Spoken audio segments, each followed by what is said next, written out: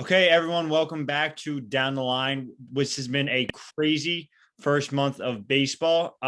Before we kind of dive into anything into the fourth week, make sure to like, comment, subscribe.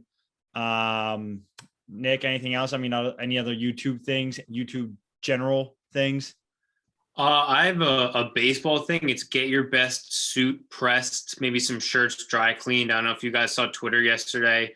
Lindsay Adler, Yankees beat writer, had a comment on a picture the Diamondbacks tweeted out of like a young couple that you got to find the thread, but they got like stalked basically by the Diamondbacks because the guy's roommate was asking for an update on his date.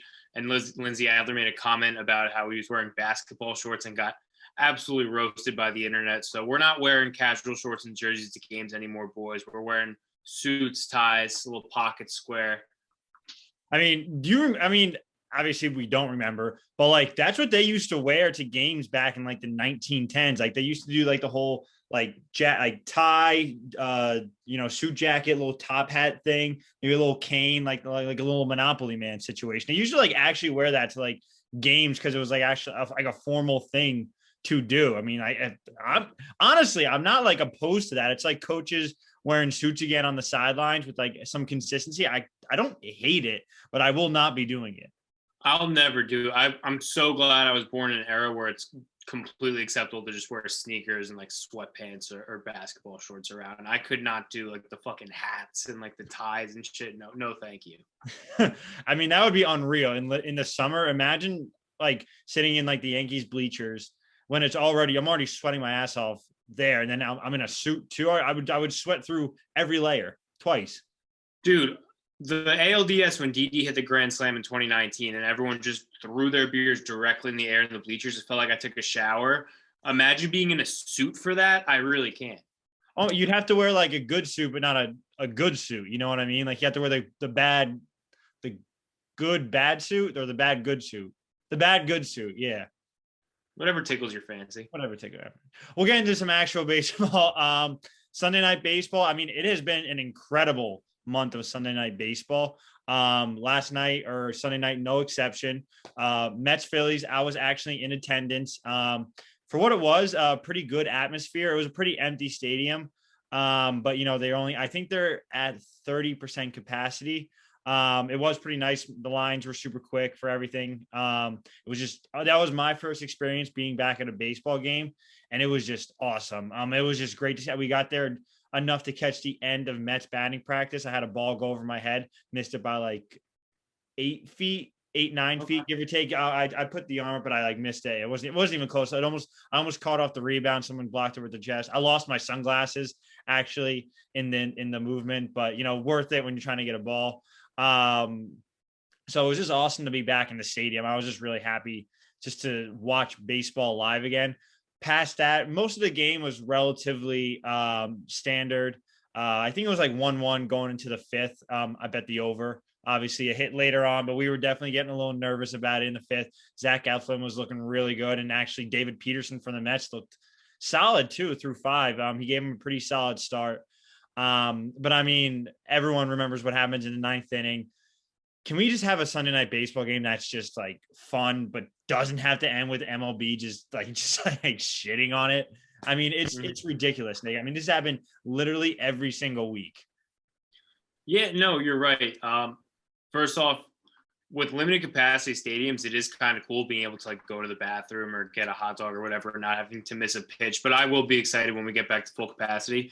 But it's crazy. I tweeted last night. I think this must have been the fourth Sunday night baseball game, or at least it's the fourth one I can remember. And with all four, we've had great games, but the takeaway hasn't been, wow, that game's awesome. It was something else. The first one with White Sox Angels, it wasn't, oh, this game was cool. It was a walk-off. It was, why was Ohtani staying in the game? He gets kind of hurt on that play at the plate. With Braves Phillies, it was, wow, this game's cool, but then it was this call at home got completely botched with the replay. Then last week, Dodgers Padres, extra inning game, two of the best teams in baseball. These extra inning rules suck. And then last night, where, yeah, they end up actually getting the call right. I thought it hit a seat the first like 15 times I saw it. I loved how all the Mets fans on Twitter were like, it obviously hit the railing. It obviously did. It was like, dude, it took them like fucking 15 times to see whether or not it did. And then they finally did the StatCast replay where they traced like the line of the ball, and I was like, okay, it did hit the railing. But I also thought it came off a little too hard to have hit a seat. Like it went off. Like I mean, obviously the fact they did get the call right, which I guess finally will tip the cap to MLB. Maybe we'll have this is our segment, our nice job, Rob Manfred segment. I guess we'll pivot back. But no, like they did get the call right. The ball just hit too hard off the railing. That was what did it for me. Was that it just came off and it went like a rainbow in the sky. It was a little too much. I'm like off plastic, I don't think it does that. Right. No, it's too much. Yeah. It's also just hard too when think about if it was normal capacity, that whole row of people, the first row there is probably full of people, and now there's no one within 20 feet of that ball or 15 feet of that ball. So it definitely made it tough. They do get the call right. But another great game. I mean, they've been blessed so far, even though there are other distractions. Definitely good for the product of baseball that it's been a lot of competitive, entertaining games on Sunday night. Yeah, and I was going to say it's been just a great month of baseball in general. Obviously, 2/2.5, maybe no hitters if you want to call Bumgarner. I mean, that's crazy for 1 month of baseball.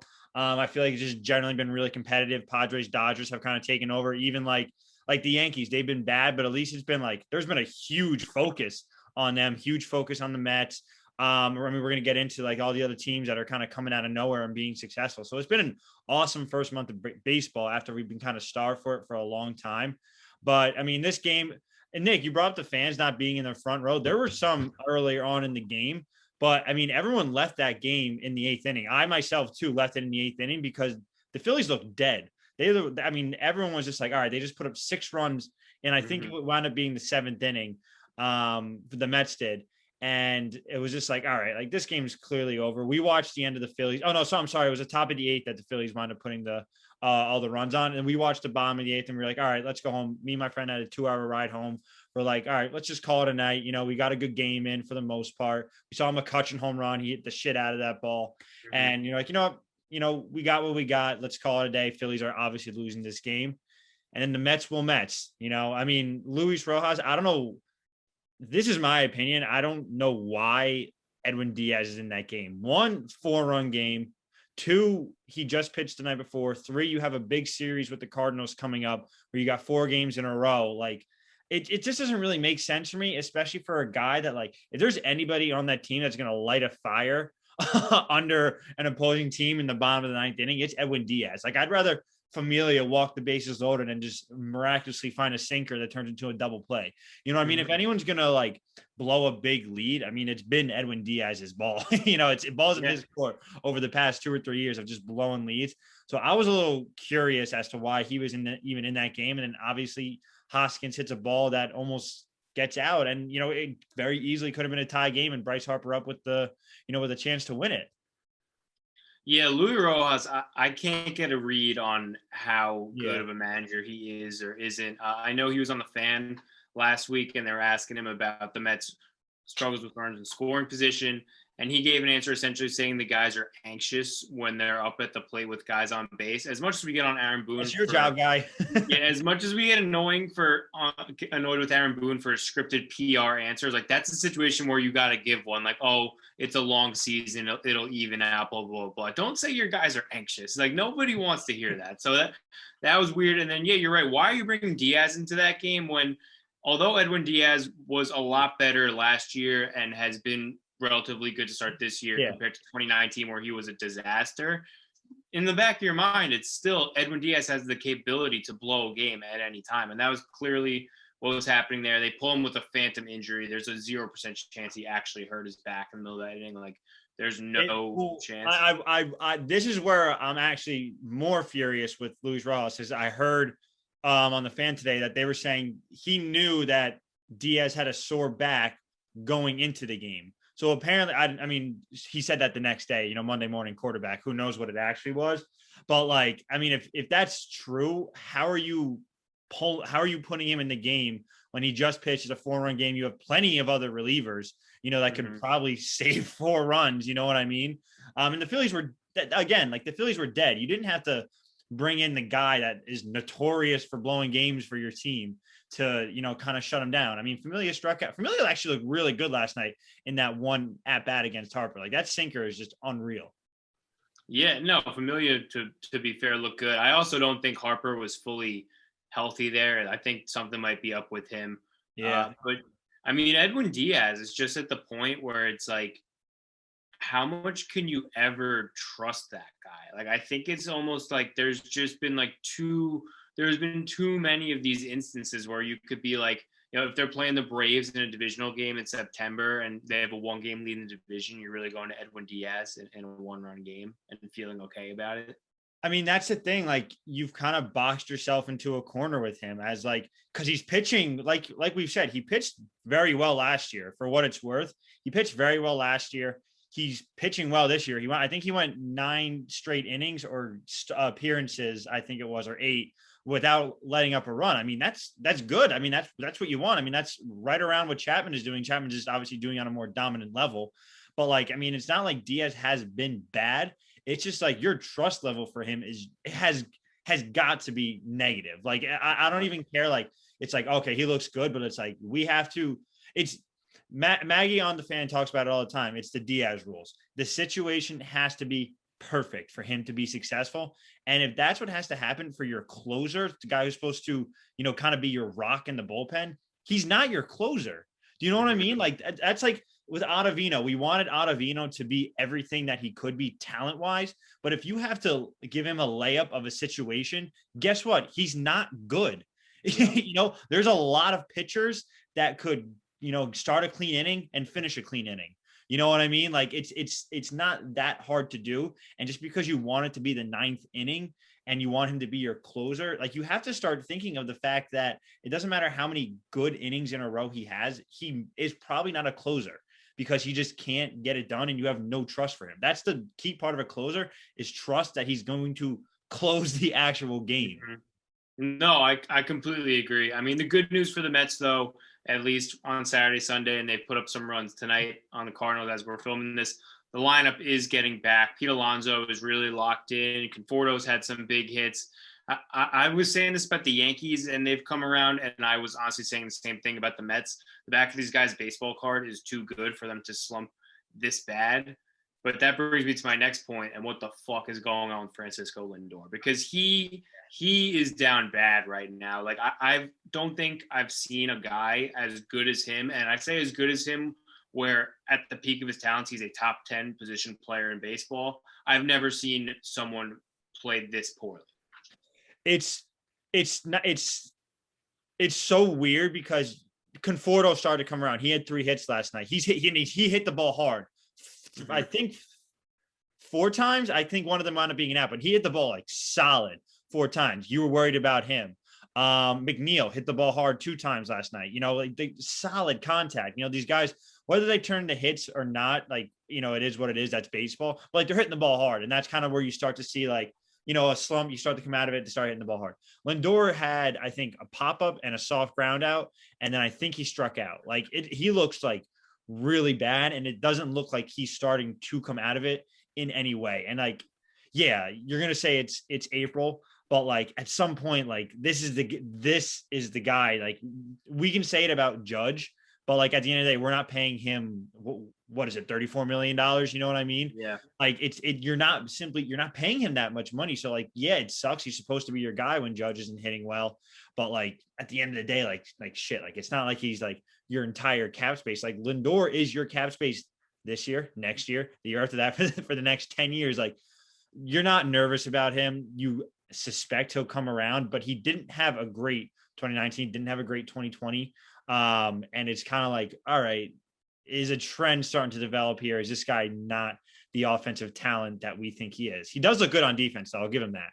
Yeah, at least he hasn't taken him to the field. I mean, he's one of the best defensive shortstops in baseball. I'm just starting to almost wonder, because I know the talk going into the season was, we got to get this done. Can't have this hanging over his head and the team's head that he's going into his contract year. I almost wonder if the reverse has happened, and this contract that, let's be fair, I love Francisco Lindor. He's a great player. He's not worth the money he got. I think sometimes it gets overblown whether or not guys are worth it, but he didn't deserve to be paid what he got. At the same time, I still think it's a no-brainer deal for the Mets to make, because Francisco Lindor was better than anyone they were getting on the free agent market. He's better than Realmuto, Springer, Bauer. So that was still the right move.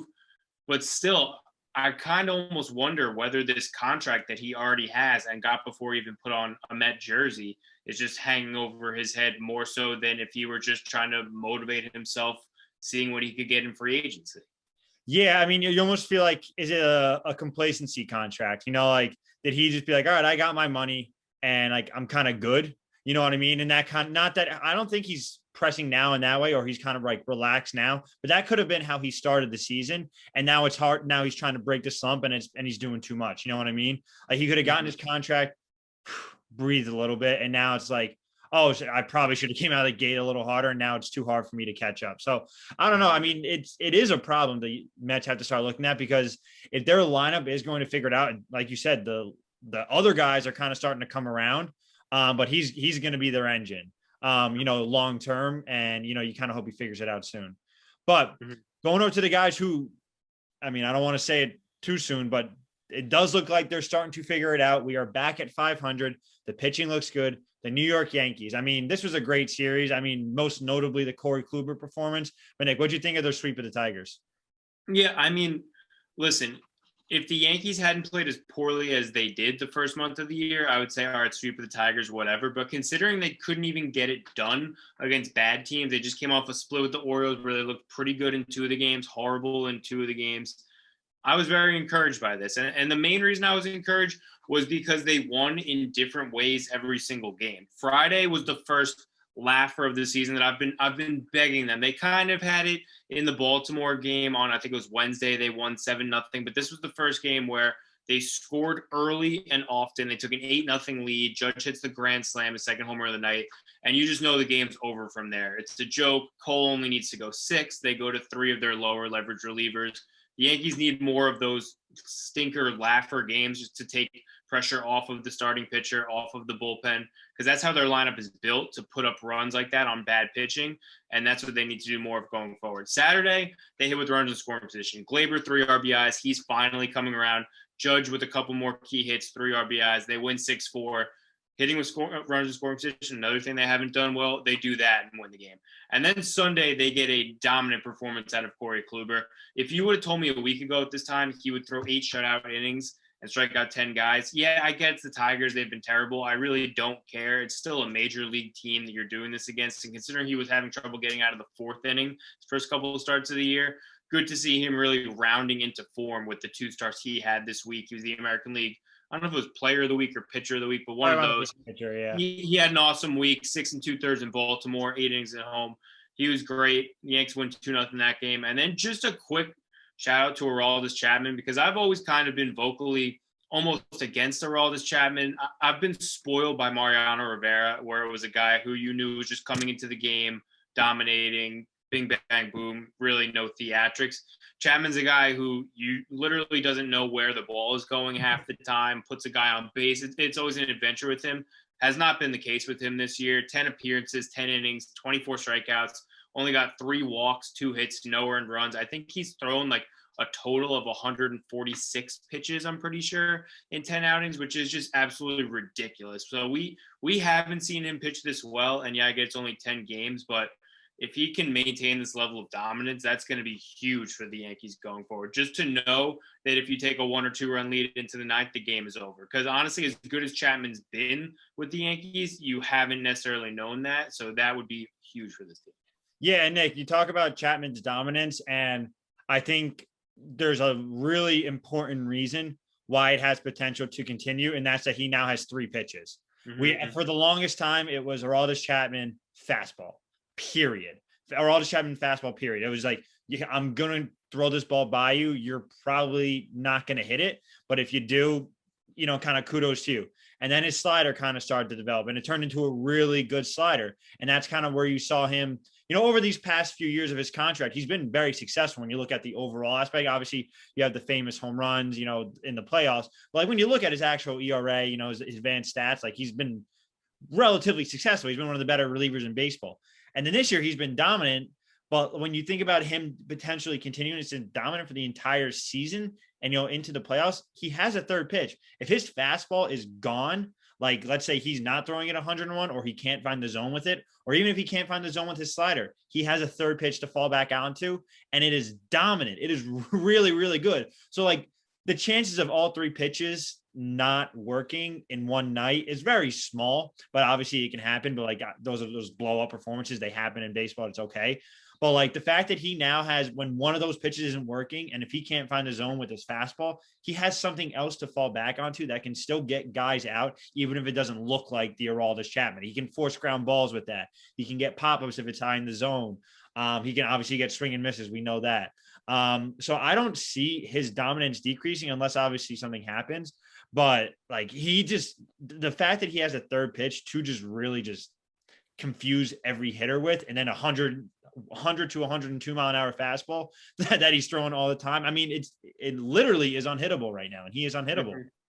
Yeah, no, and I think the biggest thing too is just that not only does he have all three pitches, but he's commanding them and he really trusts them. Like this is the first year where I think he's been a pitcher and not a thrower. Like you look at him when he came in the league with the Reds, obviously he touched 105 throwing hard. Now he sits, between 98, 101, even maybe 102 sometimes. That's not all that special anymore. Like, yeah, you throw hard, but people can catch up to it. I think it's evident in both the playoff failures in 2019 and 2020. The Altuve at bat where he's trying to go fastball and he's like, all right, I'll switch to the slider. Throws a terrible slider that hangs. Whether or not he knew it was coming, it doesn't matter at all. It was a terrible slider. A hitter, especially one as good as Altuve, is going to hit that out. And then the Brasso at bat, you could tell he didn't want to go back to the slider because he got burned the year before. And finally catches up to the fastball, because if you throw a guy 8 fastballs in a row, he's going to eventually hit one out. You make contact, it's going to go out. So the fact that, like you said, he has the splitter, which is not only nasty, but he's trusting all three of his pitches. He's commanding all of his pitches. He's really, really good right now. It's just special to watch. Yeah, Nick, you bring up a good point there too, is that the fact that like you're facing these hitters year in and year out. You've obviously been a reliever. He's been a successful reliever for a really long time. But like you said, 101, unreal, but not as special as it once was. Now you got a second pitch. People know how to hit it.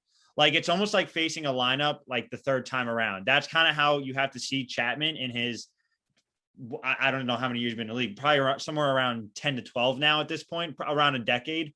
Like people are starting to know what he throws, and now people haven't picked up this slider, and it's going to be very difficult to, now that they're guessing. And you can't, that's why Jacob deGrom is so successful, is because people are guessing and then he throws 100 by them. You know what I mean? And that's why Chapman's being successful. It's in a smaller sample size because it's less innings, but that's why he's successful. And the fact that he's able to do this and start a new pitch later in his career is almost like getting a new pitcher in the 6th inning. He's a completely different pitcher with a third pitch and an effective third pitch. And now this late in his career, out, that same situation happens with Altuve. Altuve, again, regardless if you knew, he's not sitting slider. He's got a third pitch to think about now, even though he's seen Chapman now for 4 seasons, so it's awesome to see. And speaking of the Astros, big series coming up.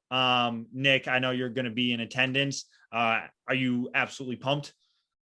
I am excited. I mean, listen, I wish this was happening like early in 2020, like a couple months after the Athletic article came, because I'm not going to sit here and pretend I still care as much as I did. Like when that article came out, it was fresh off the 2019 ALCS. Like everything, emotions were still high. It was still Hinch, but now you're looking at Hinch's with the Tigers now. Who cares? Springer's not even on the team anymore. Verlander's still hurt. It's not the same group. I don't have the same amount of animosity. That being said, it's still going to be awesome just getting to go and boo guys like Altuve, Correa, Bregman, like these guys who I haven't watched play since 2019 ALCS Game 5. So I think people are making too big a deal out of it on both sides. Like I do get sick of the jokes sometimes, like certain Yankee fans, like just every week being like, fuck the Astros. Like we're not even playing the Astros. So I think it's acceptable this week. Get it out of your system. And then I don't want to talk about it unless we're playing them in a playoff series, because I'm over it at this point. Yeah, I was going to say there's definitely some do's and don'ts for the Astros series for Yankees fans. Do just boo the hell out of them. We've earned that. We've earned that ability to just ruin their lives with boos. I'm sure they've heard it before. We just need to get it off our chest. It's closure for us. For the don'ts, I really hope the Yankees aren't going to. I don't think they're going to. They're not going to go around hitting people. Don't do that. Don't throw it at their fucking shoulders or their knees, whatever it is. Everyone's over it. And, don't throw shit on the field. I'm just hoping that doesn't happen again. We saw that earlier this year. I just boo them, give them their boos. It's going to in one ear, out the other for them. It's just closure for Yankee fans. Just get it done, get it out of the system, and let's move on, play some baseball, and let's win. I agree. Yeah, no throwing shit on the field. And one thing I really hate is dumping like beer on. I don't know if any Astros fans are going to go, but if there's any Astros fans, they're dumping beer. I know it happened even at the 2018 wild card game. It was like some A's fan got beer dumped on him. Like, A, why would you pay $15 for a beer just to dump it out on someone? That's such a waste. And B, like, what are you doing? Like, I'm all for chirping back and forth with fans. Like, it's fun. It's part of the ballpark experience. But like, if you're gonna dump beer on someone, like, you're just a fucking loser. Like, it's never made any sense to me. Yeah. Regardless, important series for the Yankees to win. I think the Astros, when you look at the standings too, which we're actually going to get into now, it's an important series for them. I mean, they're sitting at 15-13, Mariners 16-13, Athletics 17-12. So they're a game and a half back at the Athletics. You know, now that we're in May, first place does kind of start to matter a little bit. You know, and kind of how the division is playing out, because you know you're past like that, like the you know, the butterfly part of the season, where it's like kind of like the early season, you know, whatever it is. You know, I'm trying to think of the right word, like hijinks, or almost, or like you're just not feeling yourself. Like, you should be working yourself out of that now. So the Astros, you know, kind of want to see themselves jumps, and the Yankees want to stay over 500. So, you know, the big series for them. But Nick, I do have a bold take, cold take for now that we're going to move on to the rest of the MLB. Chris Bryant had an unreal week. He had 4 home runs. My bold take, which could be very quickly a cold take, is that he does not get traded at the deadline. Javier Baez does. The Cubs decide to extend Chris Bryant because he is the Chris Bryant, once again, that won an MVP award. And Javier Baez is on his way down. Too many strikeouts, not enough home runs, not worth the money that he wants. And they're just going to ship him off just to get something for him because they know they're not going to re-sign him. That's my take. No, I could definitely see it. I mean, the way the season has started, you're right. Chris Bryant is showing flashes of that 2015 MVP. Chris Bryant, I don't think anyone has any doubts that of the 3, Bryant, Baez, and Rizzo, that Chris Bryant has the highest ceiling. He just does. Javi Baez, you know, he shows the power. He's a great defensive shortstop, but he strikes out a ton. I don't know. I really don't know what the Cubs are doing, to be honest with you. I feel like it's interesting. Maybe the fact that they didn't trade Bryant was because they wanted to go into the season genuinely seeing who they were going to keep, you know? So I really don't know. I thought Bryant was a lock to be traded in the offseason. Then I thought that he was a lock to be traded now. You know, maybe either the Red Sox would want to get in on him. The Mets seem like a perfect fit since they really don't have a full-time third baseman with J.D. Davis's defensive struggles. You know, VR, Guillorme don't really hit a ton. So I thought Bryant was a lock, but no, the way he's playing, the way Baez has played, I could totally see Bryant being their guy long-term and them saying goodbye to Baez. It almost makes me think that, like, now that I've actually seen this kind of season play out, that's why they didn't really offer Baez as much. You know, like, I think they offered him 6/120. And he thinks he can obviously get more on the market, but like they're like, look, Chris Bryant is kind of returning to form. World Series hangover probably over, you know, 3 years later. You know, maybe he's the guy that we really need to think about paying long-term, as opposed to a shortstop that, you know, strikes out a lot, especially with the market that's coming up. You know, maybe they wind up keeping Bryant and paying a shortstop. You know, maybe that's kind of the direction they're thinking about. And, you know, I'm sorry, Bryant just looks really, really good. And this week was, you know, kind of a small sample size of that. So that's my bold take, cold take. Maybe Cubs come all the way back and win the division. I don't know. I'm throwing that one at the end. But around the rest of the MLB, things look very unusual. And we had our power ranking pledge, where I did not look at the divisions. I'm sorry, the power rankings this week. I did wind up following every MLB team on Twitter. So sort of like a cheat day type thing, but I didn't look at the power rankings this week. I saw a tweet about it and I quickly scrolled right by it because I'm like, I'm not doing it. I got to clear the toxins in my head. But I did look at the divisions. I'm letting myself do that. It's almost like my little snack. So the Red Sox in first place and the Royals 16-10. And I mean, I don't know what they're doing right or what everyone else is doing wrong, but I mean, they look legit and they kind of look poised. Like, I'm watching them right now. Like, it's not like it's like Jorge Soler, who is the guy that's supposed to be like one of their big power bats. He has 2 home runs. He's hitting 180. It's everyone else in this lineup that is just like kind of coming together. The pitching has been pretty solid. And I mean, are they going to compete with the White Sox for the division? I mean, we would have thought that was one of the last things to happen. Same with the Mariners. They're 16-13. If it wasn't for an A's magical run of I think 10 straight, they would be in first place, the Mariners. And then you got the Giants at 17-11. They had the best record in baseball right now. They're they're 0.5 above the Dodgers. So, I mean, the standings going into May are exactly the opposite, I think, of what a lot of people expected. Yeah, I saw a tweet today that said, would it shock you if none of the 6 teams in first right now ended up winning the division? And I could completely see that. So baseball is so weird. It's long sample size. A lot of these were getting thrown around when, the Yankees obviously had their terrible start. The Nationals started 19-31 in 2019 and won the World Series. Does that happen all the time? No, but you can't put a ton of stock into even this small of a sample size. So it's tough. I think the Royals honestly could end up making a run for, especially the White Sox. They lost Eloy Jimenez. Now they're going to be without Luis Robert for at minimum 3 to 4 months. You were right on the Twins. I thought that the Twins would be better than this. I still think they turn around and are better than what they're showing right now, but the Twins have been terrible. The Tigers are the worst team in baseball.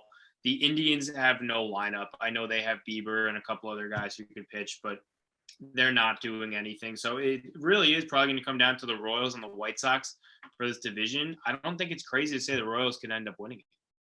Yeah, I mean, imagine us saying, I know it's May, I know May just started, but imagine us even having this conversation, a month ago, that the Royals look like a legit, maybe second wild card team.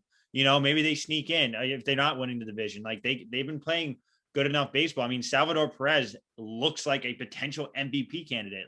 His stats aren't exactly what you would picture from an MVP, but when you think about, obviously the daily total catcher takes, he really should be in the conversation at some point this season. So, I mean, I'm shocked that they're in it, but I mean, it's awesome to see, especially Kauffman Field is just cool. I think Kansas City itself is just awesome. It was awesome when they won the 2015 World Series. So it'll be fun to see them in the race when you really weren't expecting it. And fuck the Twins. I hate them. They're so boring. The Twins. Yeah, no, the Twins outside of Byron Buxton, just nothing fun about that team. But Nelson yeah, Cruz, you look at the other divisions. 30 years, it feels like. Mm-hmm. No, literally. But you look at the other divisions. The AL East, I think the Red Sox will be in contention. There's nothing in my mind that tells me the Yankees still aren't going to win the division. I guess I have that kind of blind confidence. I mean, we'll see. It's amazing what a couple decent series will do for your mental. But AL East will be better than what it is right now. The AL Central is terrible. I think we've known that it's going to be terrible. Just the Royals are better than we expected. AL West, I still see the Astros winning it. The Mariners, I knew they were going to be good. I didn't think they would be this good. I hope they can keep it up. They're really exciting to watch. And then the A's, I can't get a read on. They started so bad. Obviously, they had the long win streak. I just don't see the A's having enough pitching to sustain themselves over 162. And that's the other thing, too, that you got to remember. Yeah, sure, it's easy maybe when you're completely healthy and you've got your 5-man rotation in your lineup, which is what made the Yankees April scary because they were very healthy. But you've got everyone in place, yeah, sure. But once you start getting into your 6th, 7th, 8th, 9th starting pitchers, you get a couple injuries in the lineup, you got to call guys up. Who has the depth to separate themselves over the course of 162? It's another reason, sorry to break it to you, San Francisco Giants, you will not be winning the NL West. It's going to be the Dodgers and Padres battling out. They're just too better. I was actually going to say Anthony DeSclafani kind of looks like Jacob deGrom this year. I mean, him and Kevin unreal. He's from Jersey, DeSclafani. I think he's from Central Jersey. Yeah, I forget what high school he went to. A guy I worked with played against him in high school, so that's a random fact that you cares about. But yeah, no, I mean the Giants won't be winning that division. Brewers and Cardinals at the top of the NL Central as we expected. Pirates 12-15, playing above what they should be playing at the 12-15. I had their under on wins for the year at 7, so they covered. No, they already hammered the over for wins, which is good. And then the NL East just an absolute mishmash. I still can't believe the Braves haven't figured it out yet. I feel like they have too much talent. with the Mets we obviously talked about, and then the Phillies and the Nationals I feel like they'll hover right around 500 all year, somewhere in the low 80s for wins. Sounds right. Yeah. About Phillies have actually gotten great starting pitching. Their bullpen is just atrocious. I mean, top to bottom, it is just bad. The Philly bullpen it is gross. Horrific. It's horrifically bad. I loved seeing Jose Alvarado also just get pummeled on Sunday night after pulling that clown shit with Dom Smith on Friday. Dude, you don't often see a pitcher throw a ball to the backstop without the catcher even getting a glove on it, and he did that. I mean, that's just like impressive. It's like you can't even be mad. It's like I'm not mad at that's impressive. Yeah. That's awesome to see. That's great live baseball. Just throwing 100 just to the backstop.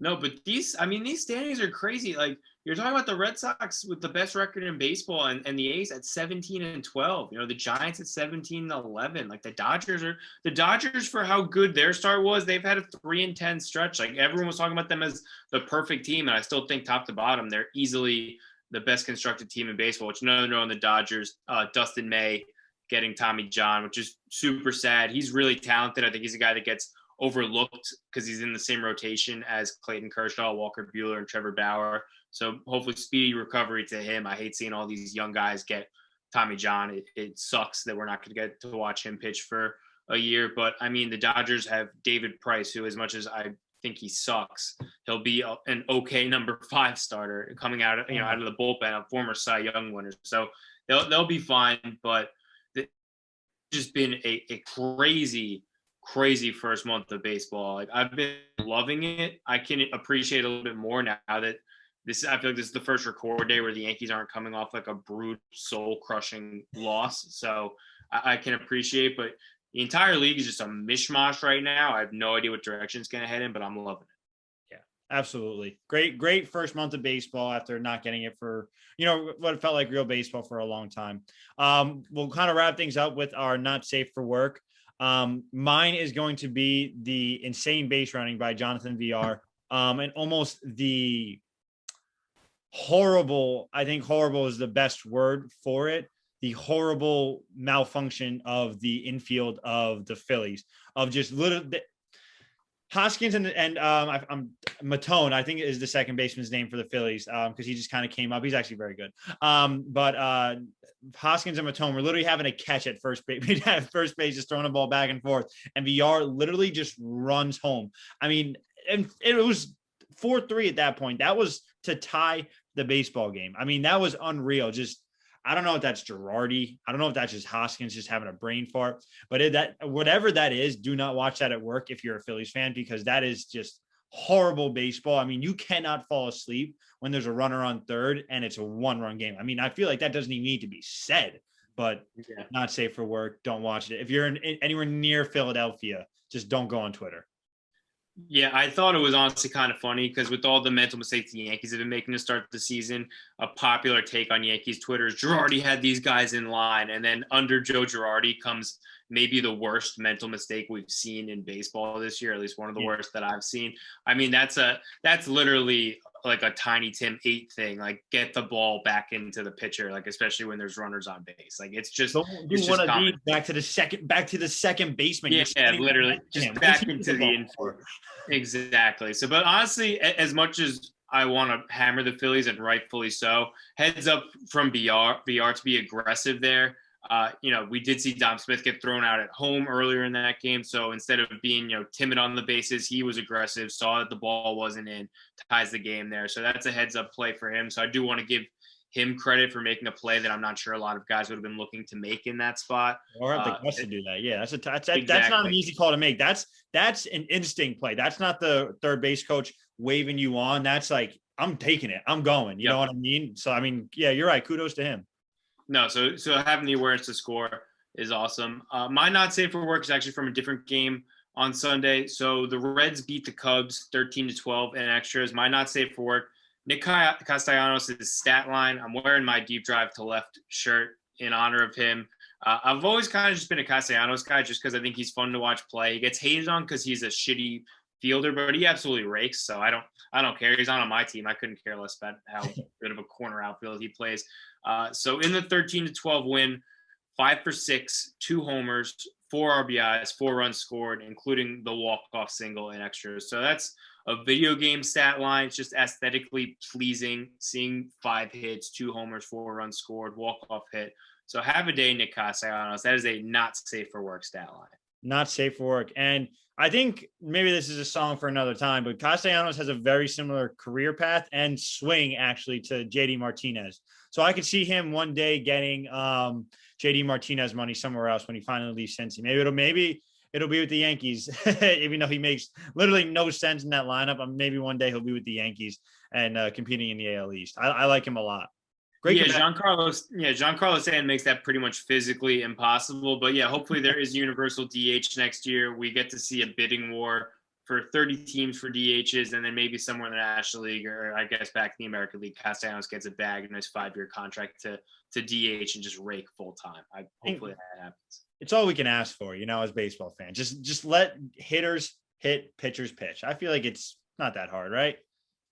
Literally, just let hitters hit. I'm almost for the school of thought that certain guys who can field but just not hit, just let them be designated fielders. Give me a second and third DH. Bring Miguel Andujar up, but just let him hit, and then let someone else just field.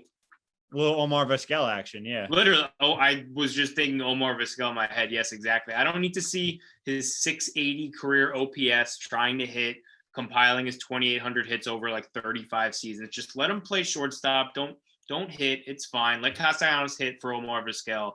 Everyone's happy. Yeah. I mean, perfect situation. Literally, like just finger point to baseball, and that's perfect. We'll construct our perfect team that way. Exactly. All right, Nick. Anything else? I think we covered pretty much everything this week. That's pretty much everything. I'm gonna say it again. We need to get a legitimate listener questions segment in here. That's my next order of business. We got to figure out what kind of questions we want to get in here, answer them, get the audience involved a little bit. Yeah, absolutely. Can't wait for that. Ask away, DM us, mail a letter to my home, send a pigeon. Trying to think of other ways you can reach me. That's it. I think it's pretty much Twitter or pigeon. I think that's it. Oh, those birds. I didn't even realize that. Birds, like a secret letter. Maybe if you work, you're ordering a sandwich somewhere, maybe write the question on it, in mustard or mayo or something, on the sandwich. You always keep your heads up for that.